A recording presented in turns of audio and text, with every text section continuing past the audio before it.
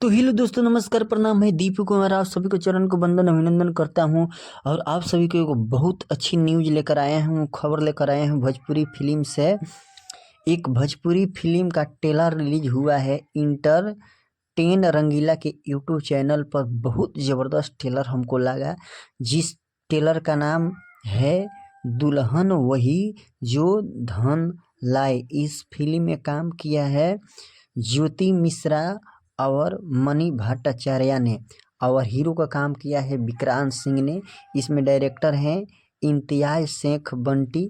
बहुत ज़बरदस्त ये फिल्म का ट्रेलर है। जब भी आप लोग सिनेमा घर में लगे चाहे टीवी पर आए तो ये फिल्म को आप माता बहन जब भी ज़रूर देखना। दहेज के लिए इस दुनिया में लोग एक बेटी के लिए क्या करते हैं, इस फिल्म में दिखाया गया है। हमको तो आंख से आंसू आ गया इस ट्रेलर को देखे हैं तो।